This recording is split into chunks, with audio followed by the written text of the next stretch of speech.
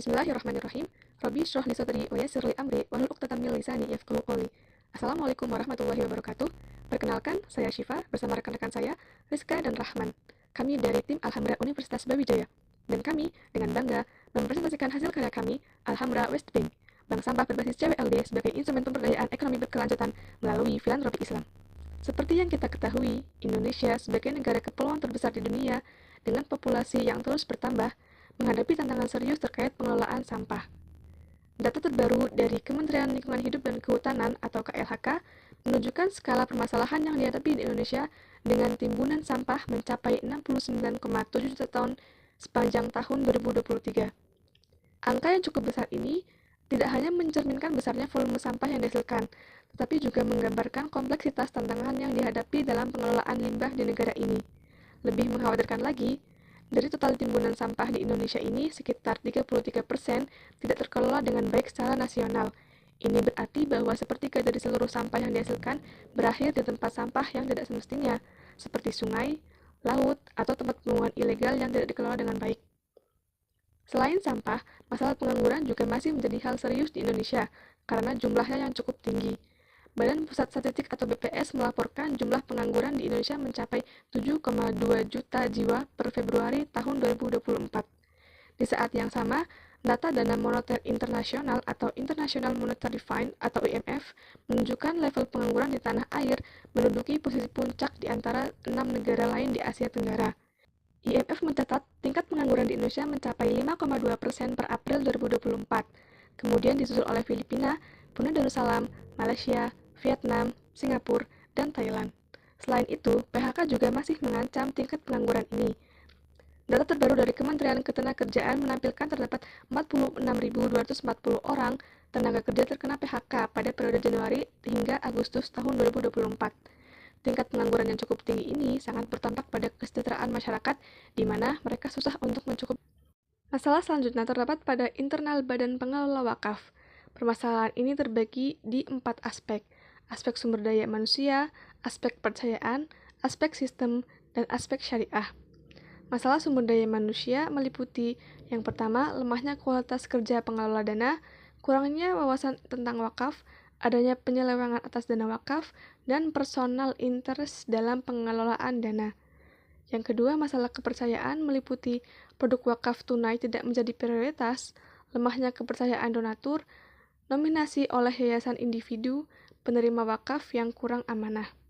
Kemudian masalah sistem ada lemahnya undang-undang perwakafan, lemahnya sistem informasi wakaf, kurangnya database wakaf yang valid, dan terakhir ada lemahnya tata kelola. Untuk masalah syariah, ada beberapa. Yang pertama yaitu tidak ada pengawas syariah, perdebatan akad wakaf tunai, tidak terpenuhinya akad wakaf, dan penanaman dana taru menjadi dana wakaf. Terakhir, ada masalah rendahnya tingkat pengetahuan masyarakat Indonesia berkaitan dengan wakaf karena minimnya literasi dan edukasi. Menurut penelitian Badan Wakaf Indonesia dan Kementerian Agama Republik Indonesia, Indeks Literasi Wakaf atau ILW negara Indonesia masih masuk kategori rendah, yaitu dengan skor 50,48 yang terdiri dari nilai literasi pemahaman wakaf dasar sebesar 57,67 serta nilai literasi pemahaman wakaf lanjutan sebesar 37,97. Provinsi Riau, Kalimantan Tengah, dan DKI Jakarta memiliki ILW terendah. Rendahnya literasi wakaf berdampak pada rendahnya kesadaran masyarakat untuk berwakaf dan juga menyebabkan kesenjangan antara potensi dan realisasi wakaf. Ini berarti tingkat pemahaman publik terhadap wakaf masih perlu diperbaiki. Beberapa masalah yang telah disebutkan tadi mendasari kami untuk membentuk program kami yaitu Alhambra West Bank. Kami berharap program kami dapat meminimalisir kesenjangan sosial yang ada di Indonesia. Program bank sampah menggunakan pembiayaan CWLD memiliki beberapa potensi. Yang pertama adalah uang wakaf yang melimpah dan belum direalisasikan. Dikatakan bahwasannya Direktur Pemberdayaan Zakat dan Wakaf Kemenak, Bapak Waryono Abdul Ghaffur menyampaikan bahwasannya potensi wakaf di Indonesia mencapai 180 triliun rupiah per tahunnya. Namun bentuk realisasinya baru mencapai 2,3 triliun rupiah. Sehingga potensi wakaf yang besar tersebut harus diimbangi dengan pengelolaan wakaf yang baik agar tidak terjadi ketimpangan antara potensi dan realisasi wakaf. Yang kedua adalah Indonesia Dermawan. Baru-baru ini, World Giving Index atau WGI dari Charities Aid Foundation membuat daftar negara dengan penduduk paling dermawan sedunia, dan hasilnya Indonesia berada di urutan pertama sebagai negara paling dermawan. Yang ketiga adalah jumlah umat muslim di Indonesia. Menurut data demografis, jumlah penduduk muslim Indonesia berjumlah 229,62 juta jiwa, yang dimana jumlah tersebut mencapai 87,2% dari seluruh total populasi Indonesia, yang dimana hal tersebut dapat mempengaruhi dalam pelaksanaan program bank sampah dan dapat membantu dalam mengembangkan pengelolaan wakaf. Potensi yang keempat adalah meningkatkan literasi peran bank syariah.